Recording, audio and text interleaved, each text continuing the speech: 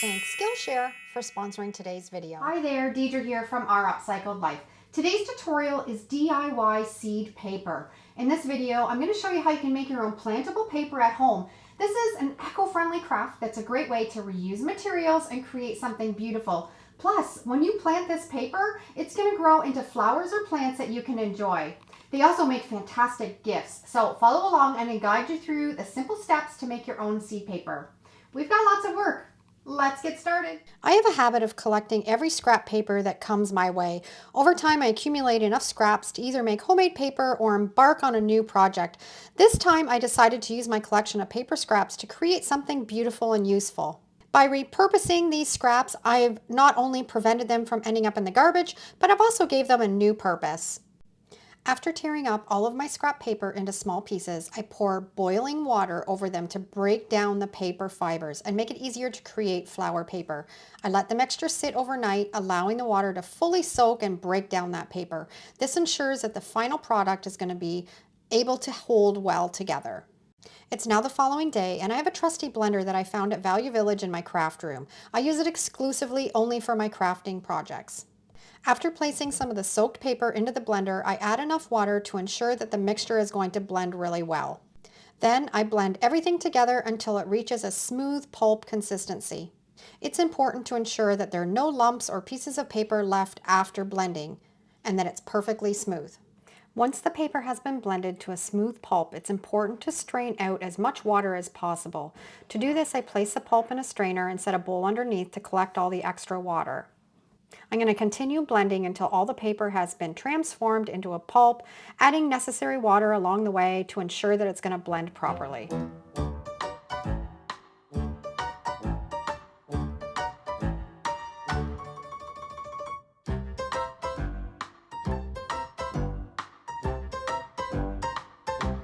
Now that I've blended all of the paper into a pulp and poured it into a strainer, it's time to start removing as much water as possible.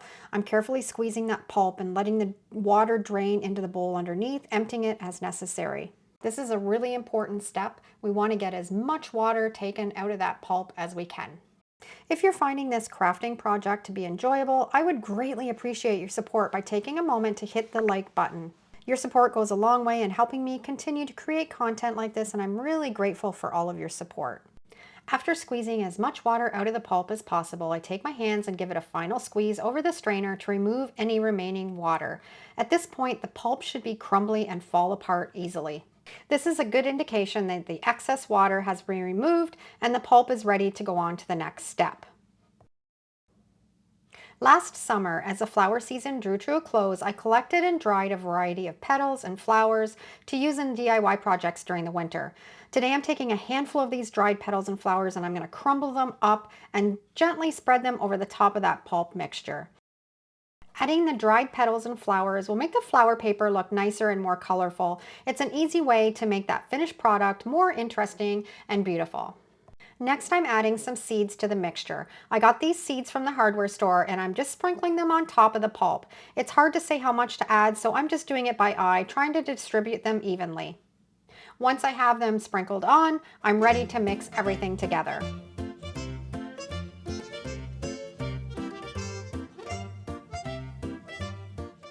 If you appreciate a good DIY project, you need to subscribe to Skillshare. If you've ever had any questions or just want to learn more about crafting, then Skillshare is the place for you.